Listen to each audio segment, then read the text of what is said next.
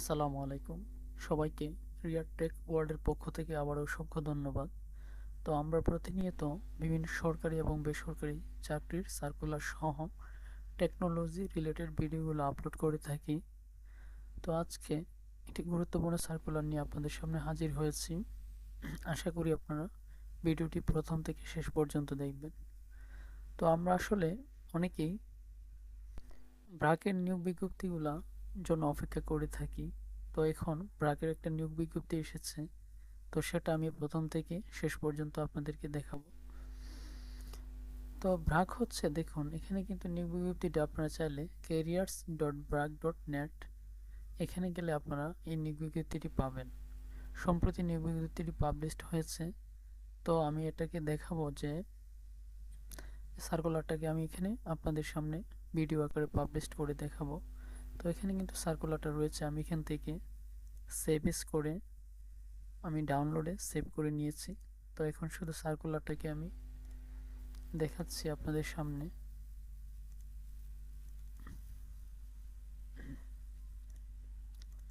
তো দেখুন এখানে কিন্তু সার্কুলারটা রয়েছে, আমি সার্কুলারটাকে এখানে ওপেন করেছি। তো ব্র্যাক বিশ্বের সর্ববৃহৎ বেসরকারি উন্নয়ন সংস্থা, যা 1972 সালে বাংলাদেশে প্রতিষ্ঠা লাভ করে। দারিদ্র্য ও বৈষম্যের মধ্যে বসবাসরত বিশ্বের 10 কোটিরও বেশি মানুষের পাশে থেকে ব্র্যাক তাদের সম্ভাবনাময় জীবনের সুযোগ সৃষ্টির লক্ষ্যে কাজ করে যাচ্ছে। ব্র্যাক মাইক্রোফাইন্যান্স কর্মসূচি দেশজুড়ে ৩,২০০ শাখার মাধ্যমে প্রায় ১.৫ কোটি গ্রাহককে আর্থিক অন্তর্ভুক্তি নিশ্চিত করেছে, যার মধ্যে ৯০% নারী গ্রাহক। তো এখানে কিন্তু ব্র্যাকের কিছু গুরুত্বপূর্ণ বিষয় উল্লেখ করে তারা ব্র্যাকের পরিচয়টা আপনার সামনে হাজির করেছে। তো এখন আমরা দেখে নিব যে এখানে কোন পদে লোক নিয়োগ করা হবে। প্রোগ্রাম অ্যাসিস্ট্যান্ট মাইক্রো ফাইন্যান্স দাবি প্রকল্প কর্মী। তো এই যে পদে আপনি যদি চাকরিটা নিতে চান, এখানে আপনাকে কি কি দায়িত্ব পালন করতে হবে সেটা আমরা এখানে দেখে নিব। প্রথমে বলা হয়েছে মাঠ পর্যায়ে জরিপ পরিচালনা করতে হবে, যোগ্য সদস্য নির্বাচন করতে হবে এবং গ্রাম সংগঠক বিউ গঠন করা। ২ নম্বর হচ্ছে নির্ধারিত সময়সূচি অনুযায়ী দৈনিক ঋণ কিস্তি আদায় ও বকেয়া কিস্তির ফলো আপ করা। এরপর হচ্ছে ঋণ বিতরণ করা, লেনদেনের সঠিক রেকর্ড সংরক্ষণ করা, পাসবই যাচাই ও নিয়মিত রিপোর্ট প্রস্তুত করতে হবে, সকল প্রকার গ্রাহক সেবা নিশ্চিত এবং সুরক্ষা নীতিমালা অনুসরণ করতে হবে। তো এখানে কিন্তু তারা গুরুত্বপূর্ণ কিছু দায়িত্ব এখানে উল্লেখ করে রয়েছে। আপনারা দায়িত্বগুলো ভালো করে দেখে নেবেন, কারণ আপনি যে পদে কাজ করবেন অবশ্যই সে পদের কি কি দায়িত্ব রয়েছে সেগুলো আপনারা ভালো করে খেয়াল করে নেবেন। তো এখানে যদি আপনাকে আবেদন করতে যান, তাহলে আপনাকে স্নাতক সমমানের ডিগ্রি পাস সম্পন্ন প্রার্থীদের জন্য বেতন নির্ধারিত হবে 16,000 টাকা এবং স্নাতকোত্তর সমমানের ডিগ্রি পাস প্রার্থীদের জন্য বেতন নির্ধারিত হবে 19,000 টাকা। অর্থাৎ আপনি যদি অনার্স কমপ্লিট হয়ে থাকেন এখানে, তাহলে আপনার বেতন ধরবে 16,000 টাকা এবং আপনি যদি মাস্টার্স কমপ্লিট হয়ে থাকেন সেখানে 3,000 টাকা বৃদ্ধি পাবে, অর্থাৎ আপনার বেতন হবে 19,000 টাকা। তো এখানে আরও কিছু সুযোগ সুবিধার কথা বলা হয়েছে, যেমন নীতিমালা অনুযায়ী উৎসব ভাতা, মাতৃত্ব পিতৃত্বকালীন ছুটি, স্বাস্থ্য, জীবন বীমা ও অন্যান্য, এগুলো কিন্তু আপনার গুরুত্বপূর্ণ কিছু সুযোগ সুবিধা রয়েছে। তো কেরিয়ারের হিসাবটা যদি আমরা এখানে পড়ি, পারফরমেন্সের উপর ভিত্তি করে এবং সংস্থার নীতিমালা অনুযায়ী চাকরি নিয়মিত হওয়ার সুযোগ রয়েছে। চাকরি নিয়মিত করা হলে মাসিক বেতন হবে যারা স্নাতক বা সমমানের ডিগ্রি 26,104 টাকা এবং স্নাতকোত্তর ক্ষেত্রে 32,287 টাকা। তো এখানে কিন্তু বেতন অনেক। তো এখানে আরও বিষয়গুলো রয়েছে যে এছাড়াও provident fund, gratuity, incentive, performance bonus, best award, motorcycle ভাতা, যাতায়াত ভাতা এবং সংস্থার নীতিমালা অনুযায়ী অন্যান্য সুবিধা প্রদান করা হবে। তো এখন আমরা দেখে নিই যে শিক্ষাগত কি কি যোগ্যতা এখানে থাকতে হবে। বলছে যে কোনো স্বীকৃত প্রতিষ্ঠান থেকে স্নাতক বা স্নাতকোত্তর সমমানের ডিগ্রি, সকল পরীক্ষায় ন্যূনতম দ্বিতীয় বিভাগ শ্রেণী অথবা সমমানের জিপিএ 2 থাকতে হবে।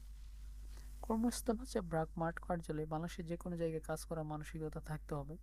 অর্থাৎ এখানে কর্মস্থল কিন্তু আপনার কোনো নির্ধারিত করা নাই, বলা হয়েছে বাংলাদেশের যে কোনো জায়গায় আপনাকে দিতে পারে, আপনি কিন্তু ওইভাবে কাজ করার মানসিকতা থাকতে হবে। তো এখানে বলা হয়েছে যে চাকরি পাওয়ার ক্ষেত্রে যে কোনো ব্যক্তিগত যোগাযোগ প্রার্থীর অযোগ্যতা হিসেবে বিবেচিত হবে। আপনি ব্যক্তিগতভাবে এখানে যোগাযোগ করতে পারবেন না, শুধু আবেদন করবেন, আবেদন করে আপনারা পরীক্ষা দিবেন, যারা উত্তীর্ণ হন তারা এখানে টিকে যাবেন। কিন্তু এখানে কোনো ব্যক্তিগত যোগাযোগ করা যাবে না। তারপর এখানে বলা হয়েছে নিয়োগ প্রত্যাশী প্রার্থীদের কোনো প্রকার আর্থিক লেনদেন না করার জন্য অনুরোধ করা হলো এবং এই ধরনের আর্থিক লেনদেনের ব্যাপারে কর্তৃপক্ষ দায়ী থাকবে না। তো এখন দেখে নিই যে নির্বাচিত প্রার্থীদের যথাযথ রেফারেন্স এবং ব্যাকগ্রাউন্ড চেকিং প্রক্রিয়ার মধ্যে দিয়ে যেতে হবে, যার মধ্যে পুলিশ ভেরিফিকেশন অন্তর্ভুক্ত হবে। এই পদটি শুধু বাংলাদেশী নাগরিকদের জন্য উন্মুক্ত, অর্থাৎ বাংলাদেশের যারা নাগরিক রয়েছেন তাদের জন্য এই পদটি উন্মুক্ত রয়েছে। আগ্রহী প্রার্থীদের আগামী 14 মার্চ 2026 তারিখের মধ্যে careers.bragg.net এখানে যে ওয়েবসাইটটা রয়েছে এখান থেকে আপনারা আবেদন করতে পারবেন অথবা বিডি জবসের মাধ্যমে করতে পারবেন। এরপর এখানে কিন্তু একটা বারকোড রয়েছে, এখানে স্ক্যান করে আপনারা আবেদনটা করতে পারবেন। আচ্ছা, এখানে কিন্তু আমরা এই ব্র্যাকের যে সার্কুলারটা রয়েছে এটা পড়ে অনেকগুলো বিষয় এখানে জানতে পেরেছি। তো আরেকটু গুরুত্বপূর্ণ বিষয় দেখি এটা কি লেখা রয়েছে। ব্র্যাক বিশ্বাস করে আমাদের সঙ্গে যুক্ত সকল ব্যক্তি যেমন কর্মী, কর্মসূচির অংশগ্রহণকারী, সহকারী, সহযোগী সংস্থা এবং যেসব জনগোষ্ঠীর সঙ্গে আমরা কাজ করি তাদের প্রত্যেকেরই সব ধরনের ক্ষতি, নিপীড়ন, অবহেলা, হয়রানি এবং শোষণ, বিশেষ করে যৌন হয়রানি ও নির্যাতন থেকে সুরক্ষিত থাকার অধিকার রয়েছে। আমরা বয়স, জাতি, ধর্ম, লিঙ্গ, প্রতিবন্ধিতা, জাতিগত পরিচয় কিংবা আর্থসামাজিক পটভূমি নির্বিশেষে সকলের মানবিক মর্যাদা, অন্তর্ভুক্তি, মর্যাদা সম্পন্ন কাজের সমান সুযোগকে সম্মান করি। জীবনের কঠিন সময় পেরিয়ে হাল না ছেড়ে যারা আবার উঠে দাঁড়িয়েছেন সেই সাহসী সংগ্রামী মানুষদের আমরা আবেদন করতে বিশেষভাবে উৎসাহিত করি। তো এখানে মাইক্রো ক্রেডিট রেগুলেটরি অথরিটি সনদ নম্বর হচ্ছে, এখানে সনদ নম্বরটা দেওয়া হয়েছে। তো আমরা কিন্তু এখানে ব্র্যাকের যে সার্কুলারটা এটা কিন্তু খুবই গুরুত্বপূর্ণ একটা সার্কুলার, যারা ব্র্যাকে চাকরি করতে চান তারা এখান থেকে আবেদনটা করবেন। তো এখানে আমরা আবারও যদি একটু সারসংক্ষেপে আলোচনা করি সেটা হচ্ছে এখানে প্রোগ্রাম অ্যাসিস্ট্যান্ট মাইক্রো ফাইন্যান্স দাবিতে লোক নিয়োগ করা হবে। এখানে আপনাকে স্নাতক অথবা স্নাতকোত্তর অর্থাৎ আপনাকে অনার্স অথবা মাস্টার্স যে কোনো পর্যায়ে শিক্ষাগত যোগ্যতা থাকতে হবে।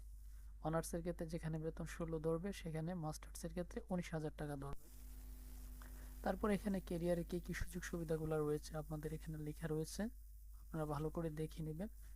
এবং আপনাকে এসএসসি, ইন্টারমিডিয়েট এবং অনার্স সহ সকল পর্যায়ে আপনাকে 2 পয়েন্টের উপরে থাকতে হবে। তো আশা করি আপনারা এই সার্কুলারের যেসব বিষয়গুলো অন্তর্ভুক্ত করা হয়েছে সেগুলো বুঝতে পেরেছেন, এবং কোনো কিছু বুঝতে সক্ষম না হলে আপনারা ভিডিওর নিচে আবারও কমেন্ট করবেন, আমি এখানে আপনাদেরকে বুঝিয়ে দেওয়ার চেষ্টা করব। তো সবাইকে আবার অসংখ্য ধন্যবাদ জানিয়ে ভিডিওটি এখানেই শেষ করলাম।